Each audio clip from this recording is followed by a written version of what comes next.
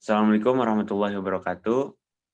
Untuk para calon investor yang saya hormati dan juga rekan-rekan yang saya cintai, perkenalkan kami dari Funjoy Production. Ada saya, Falah Malik Alfi, dengan NIM 7708210074. Saya Fatir Aji Pamungkas dengan NIM 770821310. Saya Dinda Aulia dengan NIM 7708213014. Saya Lewis Andre Wongso dengan NIM 7708210018. Saya Gina Inas dengan NIM 77008213003. Saya Suryananda Windiarzava dengan NIM 7708210043. Para investor yang saya hormati dan juga saya cintai, berikut adalah salah satu bisnis plan yang saya dan rekan-rekan saya tercinta akan presentasikan. Untuk session pertama, waktu dan tempat saya persilakan untuk Fatir Aji Pamungkas.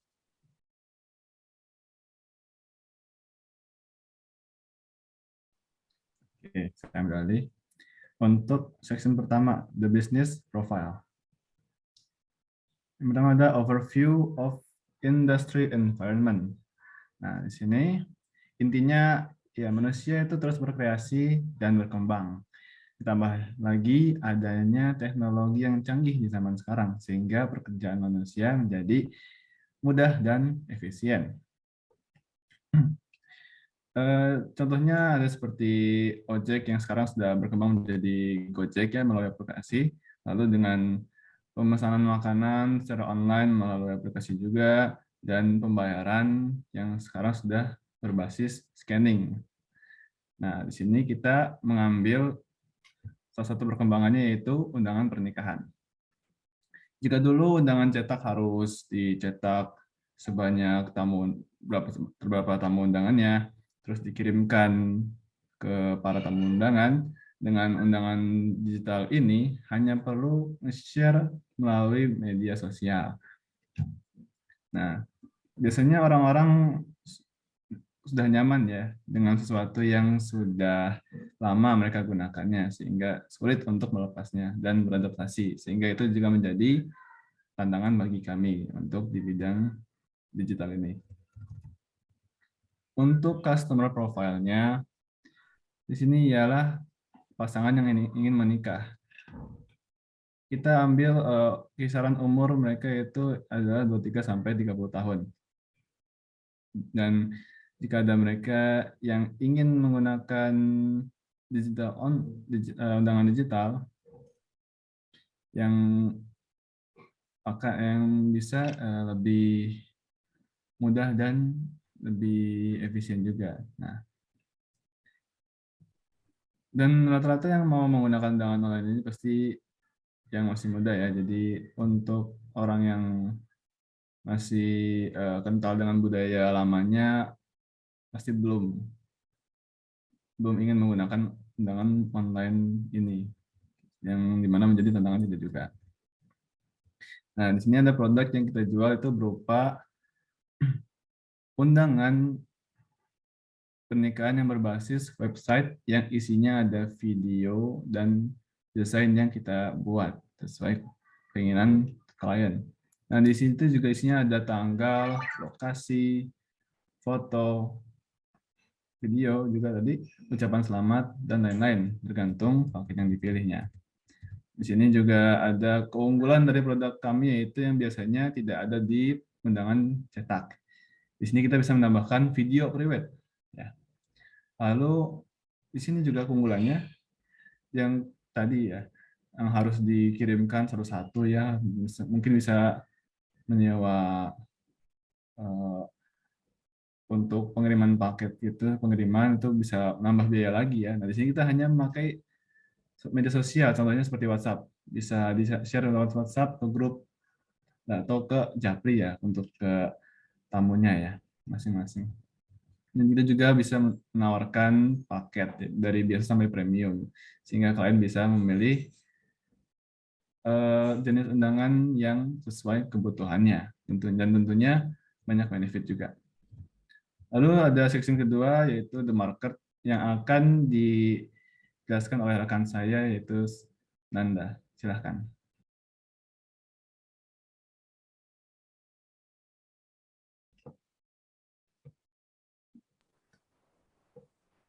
Baik, untuk session kedua yaitu the market akan saya jelaskan dengan saya sendiri. Untuk customer yaitu yang pertama adalah pasangan yang belum atau yang ingin menikah. Yang pastinya mereka akan menyiapkan akad dan resepsi. Tentunya yaitu apa? Undangan nikah. Kemudian yang kedua adalah laki-laki dan perempuan. Bisa jadi laki-laki yang membutuhkan atau perempuan yang menginginkan untuk undangan digital ini. Kemudian untuk umur adalah kisaran 23 sampai 30 tahun. Kemudian penghasilannya adalah yang menengah ke atas karena harga jual yang kami tawarkan untuk undangan ini adalah 200.000 sampai 1 juta. Kemudian untuk market size atau trends adalah setiap tahunnya pasti ada saja pasangan yang menikah. Nah, seperti contoh di bawah ini ada data yang ingin kami sampaikan dari tahun 2010 sampai 2020. Ya, seperti gambar pertama dan gambar kedua. Jadi kami mengubahkan analisis top-down analisis dengan data-data yang diperlukan. Antara lain, 1. Segmen pasar yang ditargetkan adalah khalayak umum, terutama untuk yang akan mengadakan pernikahan dengan konsep pemesanan secara digital. Kemudian yang kedua adalah segmen pasar yang sanggup kami layani adalah layanan umum masyarakat luas. Lanjut adalah competition. Jadi dari sisi kompetitor sendiri, kami melihat kalau undangan perkawinan secara cetak atau secara fisik ini banyak digunakan oleh masyarakat sekitar. Oleh karena itu, jasa pembuatan undangan cetak merupakan kompetitor kami.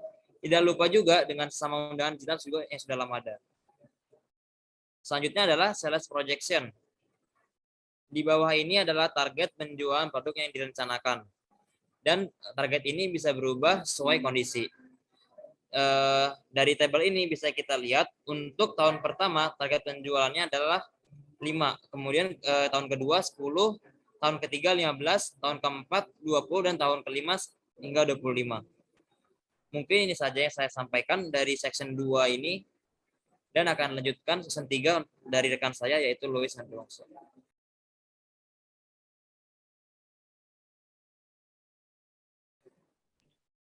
Baik, di sini saya akan melanjutkan section 3 yaitu development atau production.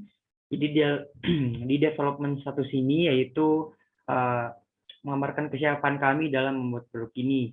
Jadi sumber daya saat ini yang sudah ada yaitu adanya ketersediaan para member kami dalam menyelesaikan tugas yang telah diambil.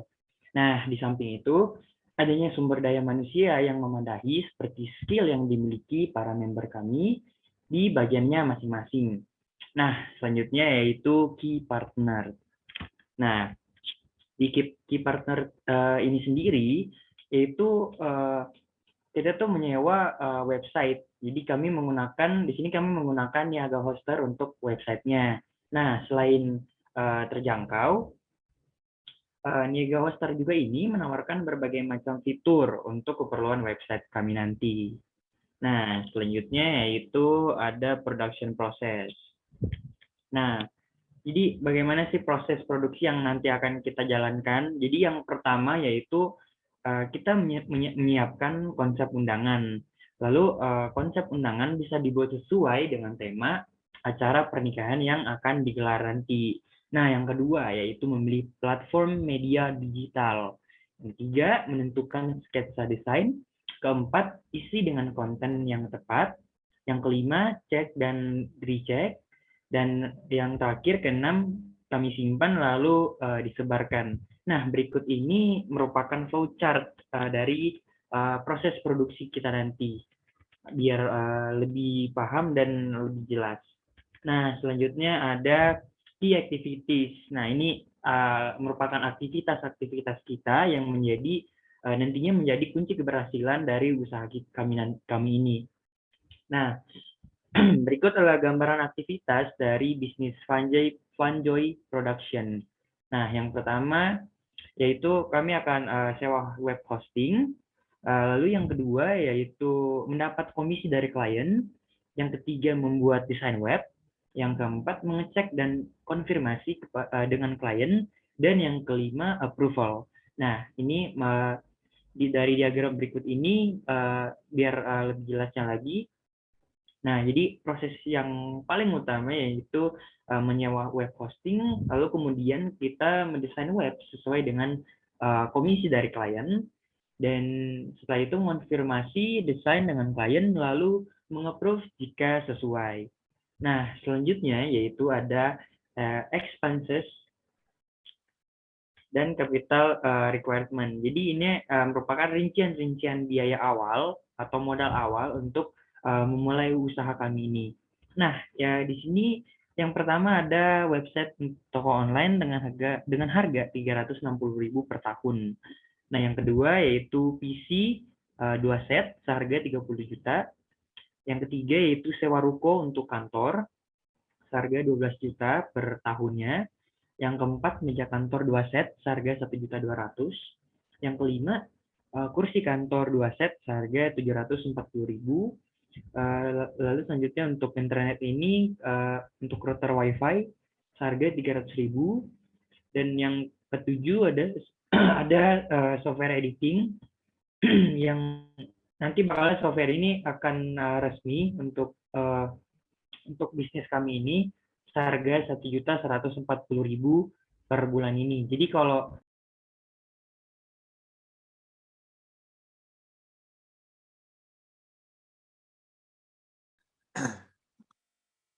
Terima kasih untuk rekan saya Luis yang sudah memberikan saya waktu. Saya di section 4 ini akan menjelaskan tentang organization charts. Nah, kalau misalkan kita breakdown, dari tugas seorang manajer itu mempunyai kekuasaan dari administration, product manager, marketing, dan product designer. Yang mana 4 bawahan tersebut adalah kuasa dari manajer, yang mana mengontrol dari administrasi, produknya, marketing, sama desainer. Dan dari product manager, marketing juga product designer mempunyai bawahan lagi. Yang pertama ada worker, sales officer, sama designer. Oke, sekarang saya lanjutkan tentang personal job desk.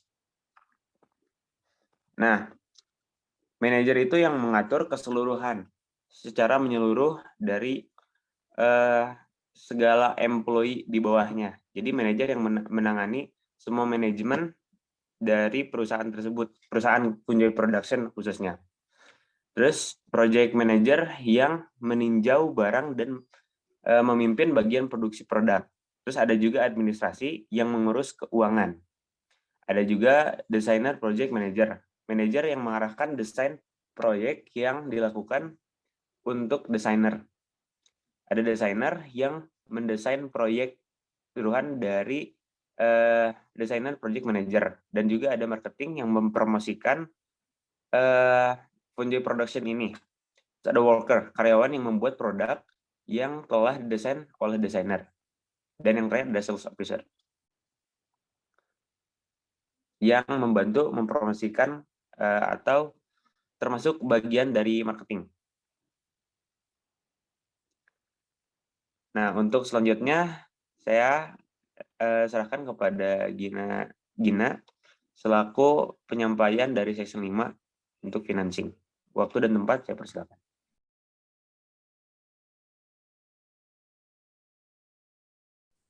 Sebelumnya, terima kasih Falah atas waktunya. Di sini saya akan menjelaskan tentang section 5, yaitu financing strategi. Di sini saya akan membahas tentang keuntungan, kerugian, cash flow, dan juga exit plan. Yang pertama, saya akan menjelaskan tentang keuangan yang akan kami kelola. Kami di sini akan menggunakan dengan cara setiap kebutuhan baik modal, produksi setiap gaji member, dan juga memulai kerjasama dengan investor. Yang pertama, kami juga akan mencakup keuntungan dan kerugian yang akan kami peroleh nantinya. Yang pertama, saya akan menjelaskan tentang kerugiannya.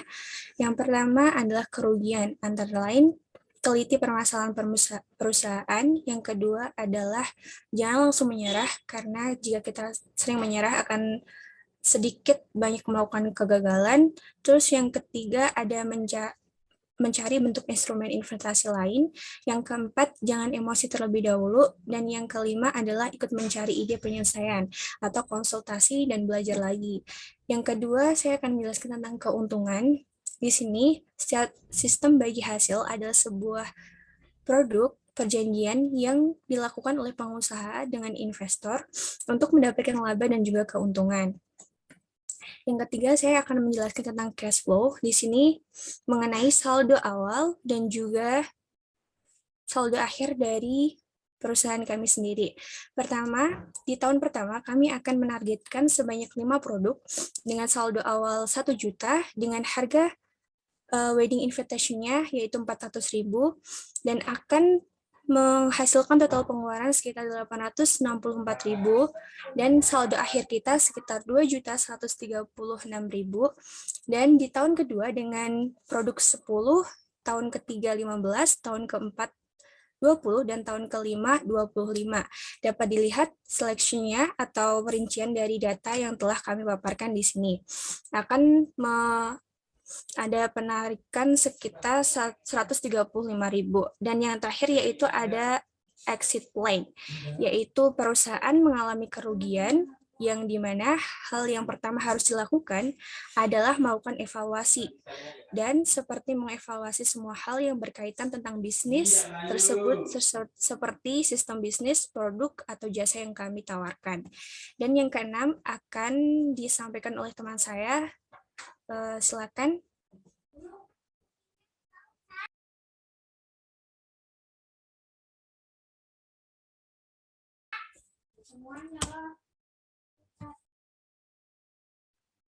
Baik, terima kasih Gina.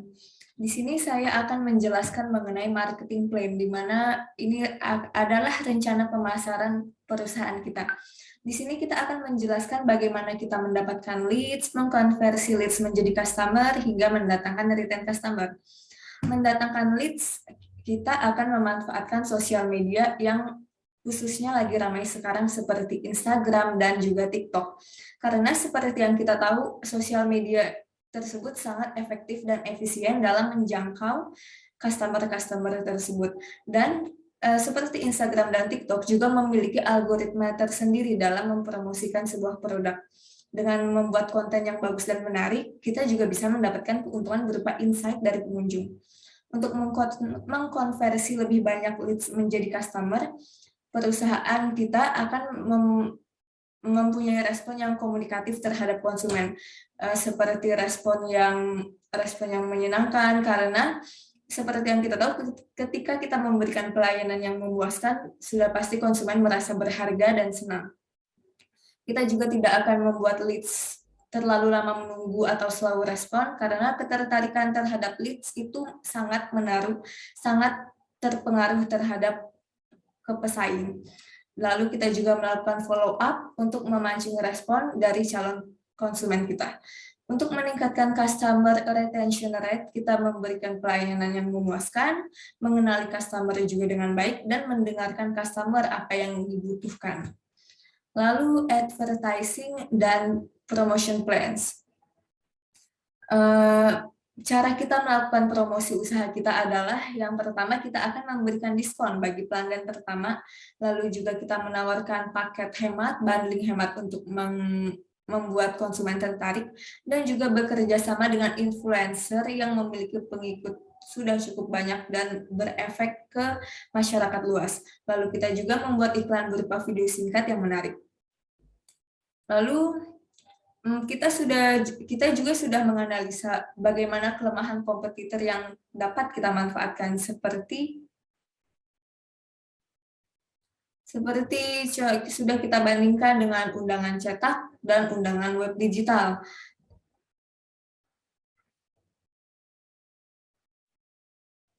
Misalnya dalam hal efisiensi, undangan cetak seperti yang kita tahu harus disebarkan langsung ke tamu undangannya, sementara untuk web digital lebih mudah, kita dapat langsung kita kirim melalui sosial media seperti WhatsApp atau Instagram juga bisa, melalui story Instagram dan sebagainya.